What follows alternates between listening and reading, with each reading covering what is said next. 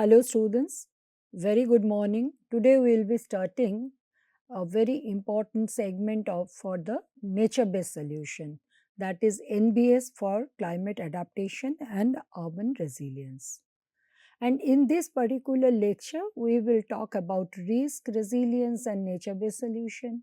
We will also look at the risk and how nature based solutions mechanism help to mitigate or adapt to the risk. We will discuss the role of community, equity challenges, and we will end this lecture with the ecological disservices and critics.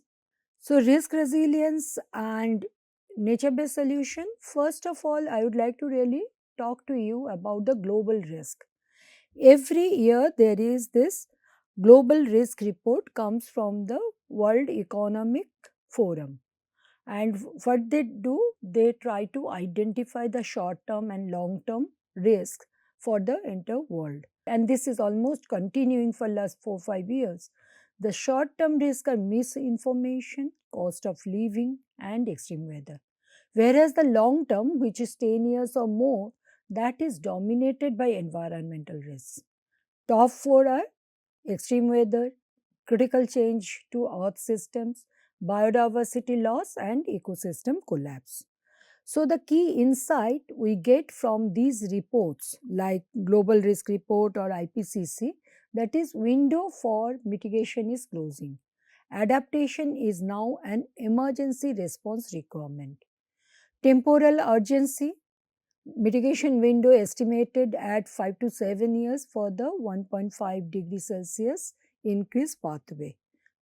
And the cost of inaction has also been identified, like every 1 degree Celsius increase multiplies the adaptation cost by 30 to 50%. So it's a huge cost on the global economy as well. And let us see that how this climate change risk is also getting connected with the urbanization. All of us, we have discussed already the Anthropocene. The cities are Anthropocene only. They consume 78% of the world's energy and produce more than 60% of the greenhouse gas emissions. And the feedback loop which we get from urbanization, that is, urbanization is driving climate change, and climate change is getting amplified, and we are getting the experience of urban vulnerability, heat, water stresses, etc. Carbon concentration is continuously going increasing. Dense urban areas produce up to 85% of global greenhouse gas emissions relative to population. So that's a huge concentration we are having in the urban areas, which in turn is again impacting the climate change. The urbanization and climate nexus for India is very interesting to look at. The reality is India's urban population is reaching almost 600 million, 40% of the total population by 2036. And it is urbanizing at a faster rate than the global average of 1.8%. This rapid conversion of permeable natural surfaces to impervious grey infrastructure is really creating a havoc. The risk profile, convergence of chronic stresses like water scarcity, pollution, and acute shocks like floods, heat waves are becoming more than common than the previous decades. Infrastructure deficits, almost 50% of urban areas in India lack adequate green infrastructure. That is a ministry data. And our cities are becoming brittle, engineered for stability. That is continuous effort from the governance side, but our cities are failing under the climate volatility. Every year we can see that, whether it is the acute shocks or the chronic stresses, in both the accounts our cities are failing. So now that is the risk profile of the globe as well as India. Now let us also discuss resilience, which we have discussed earlier as well. I hope you remember that. Resilience is the ability of individuals, communities, cities, and their institutions to absorb and recover from shocks while adapting positively and transforming their structures and means of living in the face of long-term changes and uncertainty. We discussed these three resilience capacities as well: absorptive capacity, adaptive capacity, and transformative capacity. Absorptive means it can withstand the shock without major functional disruption. Adaptive means ability to adjust practices and systems under changing conditions. And the transformative, which we discussed at length, that is the ability to fundamentally reconfigure systems towards sustainability. Now, let us also go for the static versus the evolutionary resilience. Static means bouncing back, returning to the pre disaster state. That in India often includes inequity and vulnerability. Is it absorptive? Let us look at that. Evolutionary resilience, bouncing forward. You take the shocks as an opportunity to transform and upgrade the system. This reduces post disaster recovery time by 30 to 45%. It has been done through a study. A comparative study has been done across multiple Indian cities. At least adaptive capacity, that shall be our goal. That is the ability of the city to reorganize and evolve without disruption. But definitely, preference shall be the transformative one. Now, let us see the nature based solutions role in this mitigation and adaptation. Mitigation reducing the causes, whereas adaptation is managing the impacts. The nature based solution is unique because it delivers both mitigation as carbon sink or adaptation through the cooling simultaneously. Average NBS projects deliver 3 to 5 co benefits across climate, biodiversity, and livelihoods, and thus the strength of nature based solution. Nature based solution in urban ecosystems, we already read about the IUCN definition, which talks about actions to protect, sustainably manage, and restore natural or modified ecosystems that address societal challenges effectively and adaptively. Urban application of NBS shall really move from ornamental greenery to functional blue green infrastructure or other nature based solutions.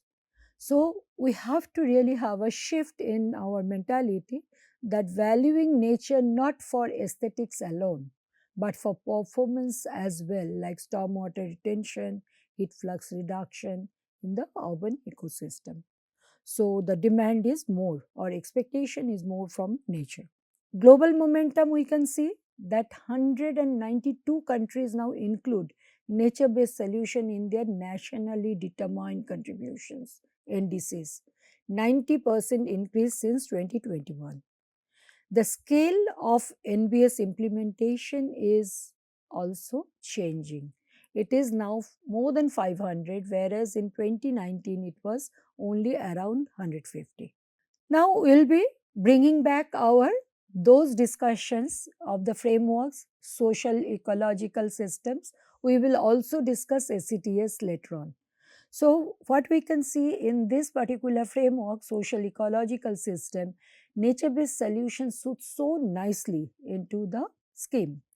Ecological subsystems like biodiversity and functional redundancy, ecosystem connectivity and networks, biogeochemical cycling, regenerative capacity, these are the ecological subsystems which work in a very syncing way with the social subsystem, which constitutes of governance institutions and networks.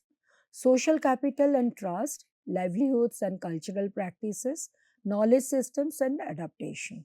We will also now look at the social, ecological, technological systems, which we said is far improved one, futuristic one, and there we would like to see the role of nature-based solution.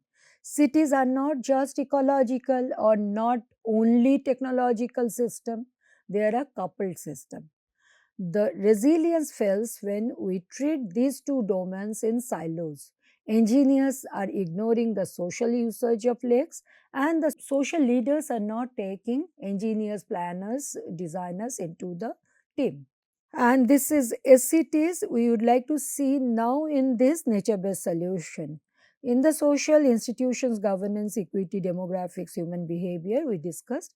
Ecological one, hydrology, biodiversity, vegetation, biophysical processes, and the technology, grey infrastructure, sensors, digital networks, pipes. So, all these three sectors need to really work in proper sync. Then only we are going to have the SETS system frameworks success.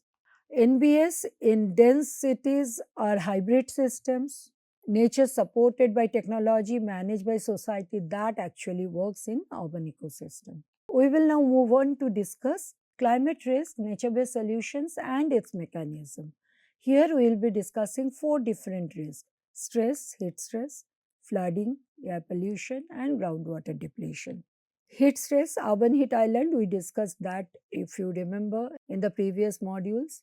Indian cities are now showing 3 to 6 degrees Celsius differences between the core and periphery. It's quite high, alarming.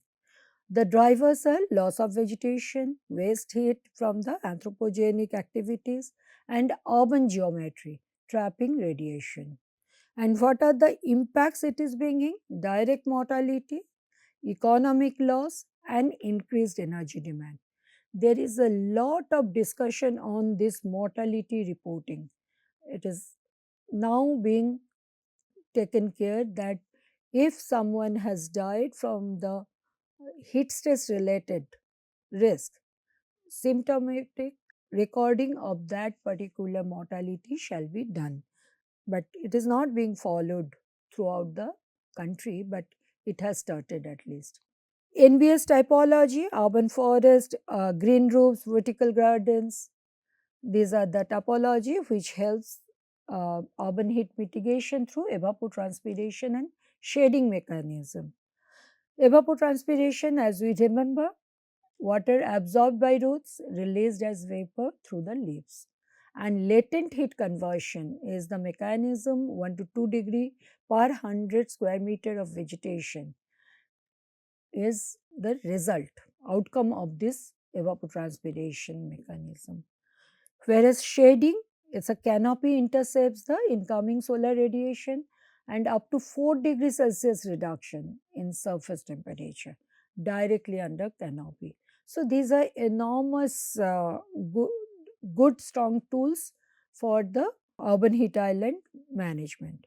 A single large tree provides cooling equivalent to 10 SE units working 20 hours per day. So just look at the efficiency and think about it.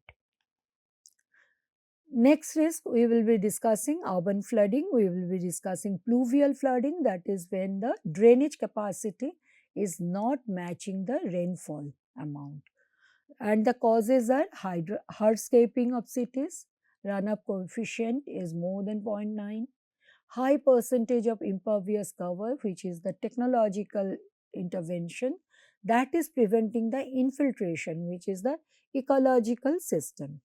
Loss of natural sponges, wetlands, floodplains, and the lakes. We are trying to really grab them as much as possible. And the other urban flooding risk is the fluvial, riverine. Rivers are breaching the banks. The technological response of building embankments often reduced to ecological capacity of the river. The technological response of building embankments often reduce the ecological capacity of the river to expand, transferring the flood risk to adjacent low-lying neighborhoods. And both the things, pluvial and fluvial, are very common in today's Indian urban scenario. The sponge effect, that's the mechanism which we get from the nature-based solutions, constructed wetlands, biosoils, permeable pavements, rain gardens. Infiltration is the starting point, then the retention and then the release. So in this process, it's a temporal process as well, not only spatial. The performance data is very strong for the constructed wetlands, which can retain 60 to 85% of annual rainfall, infiltrate 40 to 60% into groundwater. Biosoil it reduces the peak runoff velocity by 50 to 70%, and that's a huge advantage for the city infrastructure. It improves also the water quality through nutrient uptake and the suspended soil retention. Retention capacity, average rain gardens retains equivalent of 10 to 15 days of dry weather runoff. So our main design goal when we use NBS for the flooding one, that is manage the first plus, that is first 20 to 30 mm of rainfall, that to be managed on site, and it will reduce the peak discharge amount as well as the velocity. The next risk we will be discussing is the air pollution. The risk is high PM 2.5 and 10 concentrations. India has 15 out of world's 20 most polluted cities. Vehicle emissions, industrial constructions, everything are causing this particular air pollution. There is no single source. In INR, we are losing 1.2 trillion economic, economically from the air pollution related health burden and productivity. Seasonal variations, winters are actually having that concentrated pollution which is 3 to 5 times higher than the summer, and that happens due to the inversion layers. This warm air cannot go up because it is actually being capped by the cold air. So that's the inversion layer. You can look at this term inversion layers. Respiratory diseases, reduced visibility, long term health burden, and I think people who are really staying at the mega cities in today's times, like Delhi, they know them at personal cost. Vulnerable populations, children in the polluted zones show 15 to 20% reduced lung function growth. So just think about their when they will grow and they will be in the age group of doing the jobs. Street canyons trap the pollutants at the breathing level. That is also a trap. So, what are the NBS mechanisms which help to alleviate this particular problem of pollutions? That is deposition and dispersion. We can have the green belts, we can have roadside avenues, green walls, they can help a lot. Deposition is particulate matter sticks to waxy or hairy leaves, and dispersions, vegetations alters airflow turbulence and the pollution goes away. Particle removal capacity, urban green walls removes 15 to 25 milligram per square meter per year of PM 2.5 through leaf deposition. Ventilation channel design, green corridors with 20 to 30 meter spacing maintain air exchange while allowing deposition. So both the things can happen, deposition and dispersion, if we can design our city streets appropriately. Barrier effectiveness, green belt depth required 30 to 50 meter for 10 to 15% PM 2.5 reduction. 50 to 100 meter, if we can widen that green belt, then we can go for 25 to 35% reduction. One caution is here, dense canopies in narrow straight canyons can trap pollution. The venturi or wind tunnel effect must be maintained. That is a caution for this NBS application. The fourth risk we will be discussing today is the groundwater depletion. Over extraction exceeding recharge. That is the major problem in the urban areas. We have already discussed the day zero scenarios of Cape Town, you remember that. And we also had it, almost we had it in Chennai in 2019. The scale of this crisis is really havoc. 21 of 23 Indian cities are at risk of day zero by 2050 in current trajectory.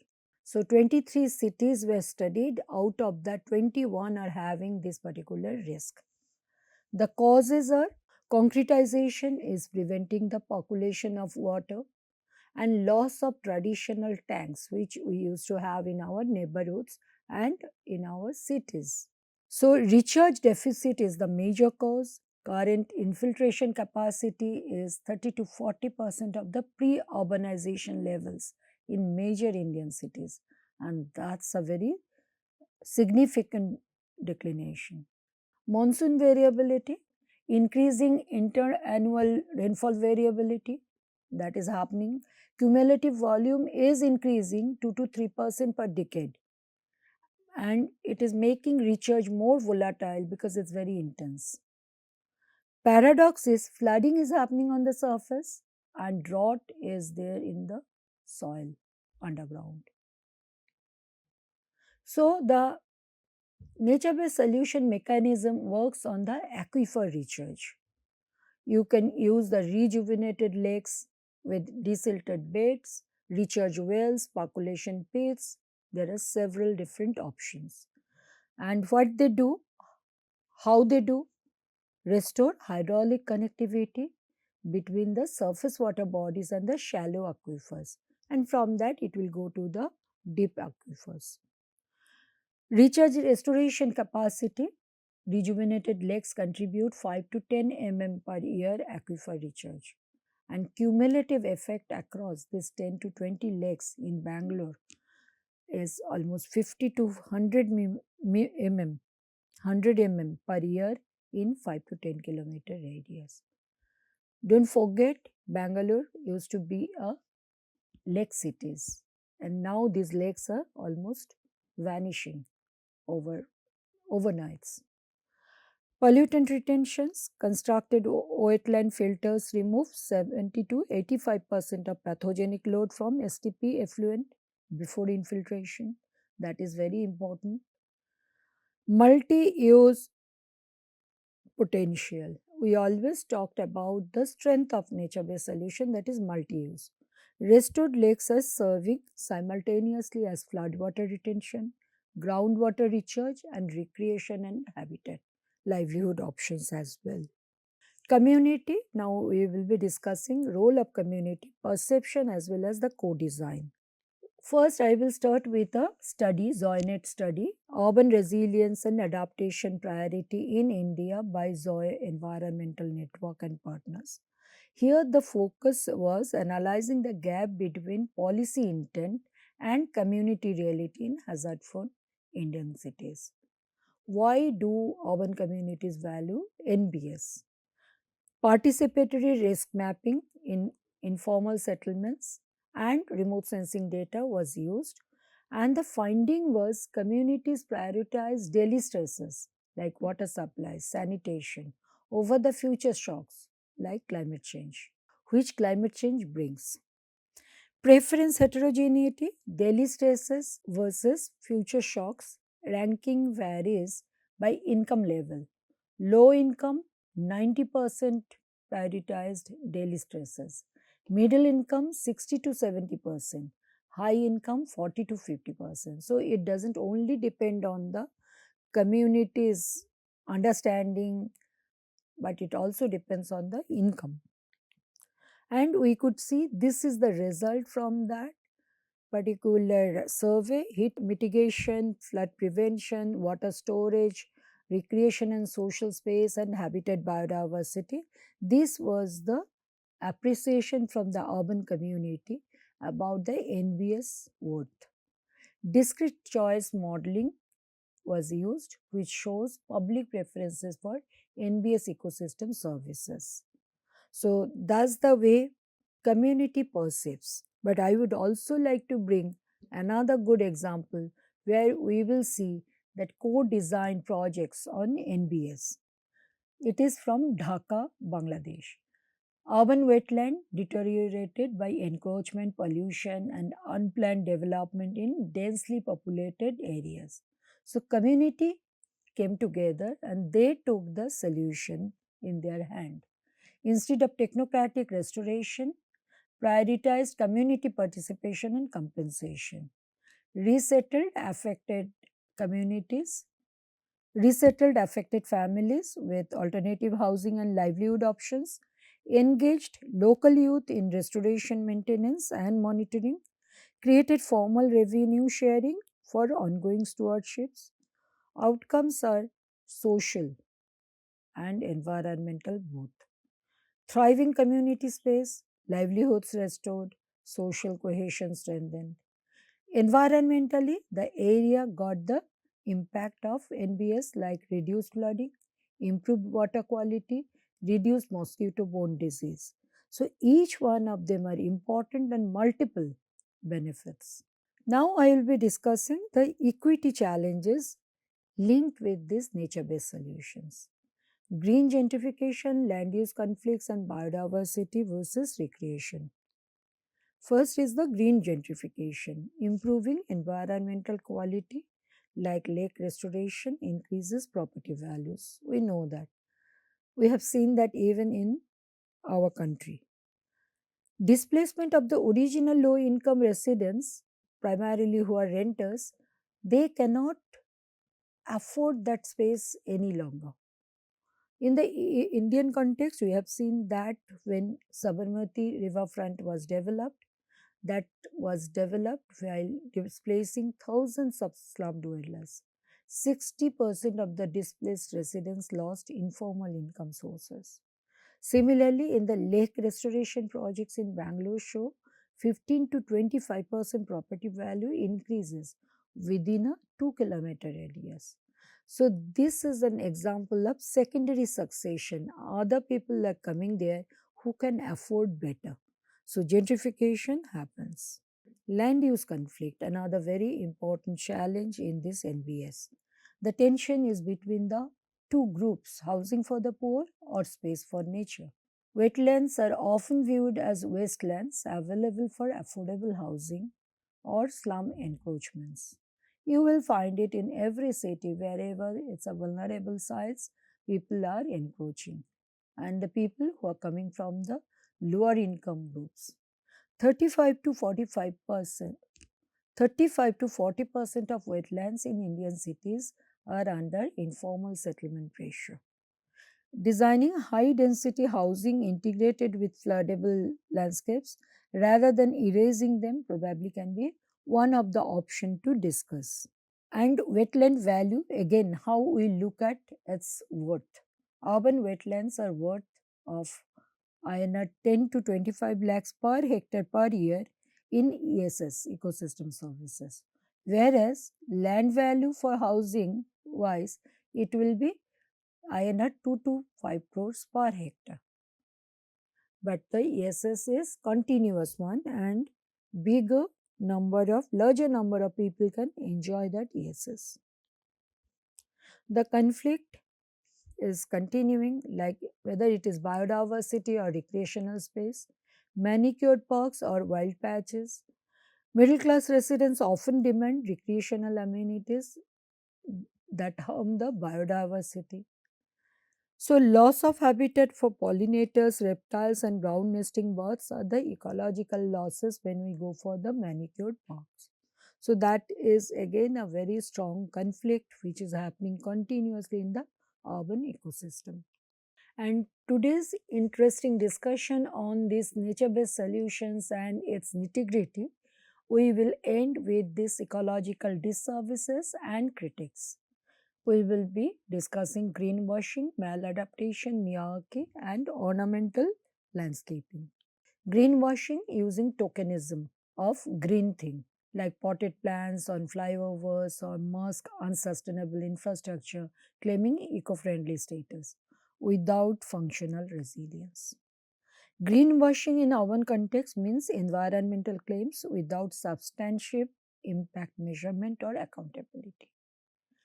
60 to 70% of municipal green projects in Indian cities have minimal environmental audit or monitoring. So there is no accountability in that. So what we get? We get the negative impacts of nature, allergens from pollen, falling branches, mosquito breeding in stagnant nature-based solutions. Common greenwashing patterns we have find in the urban ecosystem are the tree planting targets without survival monitoring. 40 to 60%, quite high mortality rates within 2 years, and it doesn't get reported also. And carbon offset claims without baseline or additional verification. So these are very common practices, and we can find that very strong corporate bodies are also following these practices. Then it becomes a danger for the country as well. Maladaptation, when green goes wrong, interventions that increase vulnerability in the long run, like planting eucalyptus for greening targets, later on was labeled as really drying the groundwater storage as well as the nutrients. Ecological disservice. High evapotranspiration depletes groundwater tables in water scarce regions. So, planting targets, outcome, and livelihood impact, all these three things can be looked at closely whenever we go for any plantation program. Maladaptation occurs when species selection ignores the local abiotic balance. So it's not only species which is important in ecosystem, it's both the biotic and abiotic soil, water, and other nutrients. The next one we'll be discussing, that is desert greening, ecological mismatch. We discussed the desert greening at the beginning of the lecture series. You remember that? So the error is we are planting trees in natural grasslands or shrublands. And the consequence is we are destroying the biome. Loss of species adapted to open habitats. Disruption of local hydrological balance. And again the same thing, the soil is not ready. So principle shall be the right tree in the right place. Grasslands are not degraded forests. It's actually a matured climax ecosystem. Miyawaki controversy is a recent trend. Miyawaki forest, rapidly growing dense urban forests, Miyawaki method, are popular in Mumbai, Chennai, and many other cities. So, what is the mechanism of this rapid growth? 30 to 40% mixture of native, non-native species and high density planting on amended soil. So, it's a structured soil. Often planted in arid zones where grasslands are the climax ecosystem. Plantation versus ecosystem, it is always having a tug of war. Tug of war. This lacks the structural complexity of natural forest. High water demand in the establishment phase. So the verdict is useful for rapid greening in tight spaces, but not a substitute for conservation. And the last one we will be discussing, that is ecological disservices of ornamentals. Aesthetic versus the function. Manicured parks with exotic lawns consume huge amounts of waters and fertilizers. So, manicured lawns, native species landscape, and the irrigation requirement you can look at, and you can see the huge difference between them. So, the biodiversity exotic species are bringing, they often fail to support local pollinators, bees, and butterflies. Functional benefits of native landscapes are heat mitigation, similar to exotic, both provide shading, pollination services. Natives can actually provide the pollinators 5 to 6 times more than the exotic species. So, the recommendation is shift to xeric landscaping and native species, neem, ficus, etc. Key takeaways from this particular lecture is nature-based solution for climate adaptation and urban resilience. Nature-based solutions are not just environmental programs, they mean system transformation and must deliver equity, livelihoods and resilience simultaneously. Urban heat, floods, pollution and inequality are interconnected. BGI cools, absorbs water, creates jobs and builds the social cohesion. Community co-design outperforms top-down technocratic approaches. People know their own needs. It has to be guided. Livelihood integration transform nature-based solution from charity into sustainable economic engine. And women's participation is a key to success, and that's the case studies always tell us. If we have to summarize this lecture, we can say the bottom line is resilience is a process, not a product. Continuously, it keeps on changing its position. Community needs to move from technocratic control to adaptive community led management for nature based solution. Prioritize vulnerable populations to avoid gentrification, choose native species over exotics, avoid maladaptation, integrate hybridity, blue, green, and gray if we are interested to bring equity. These are the references. Thank you.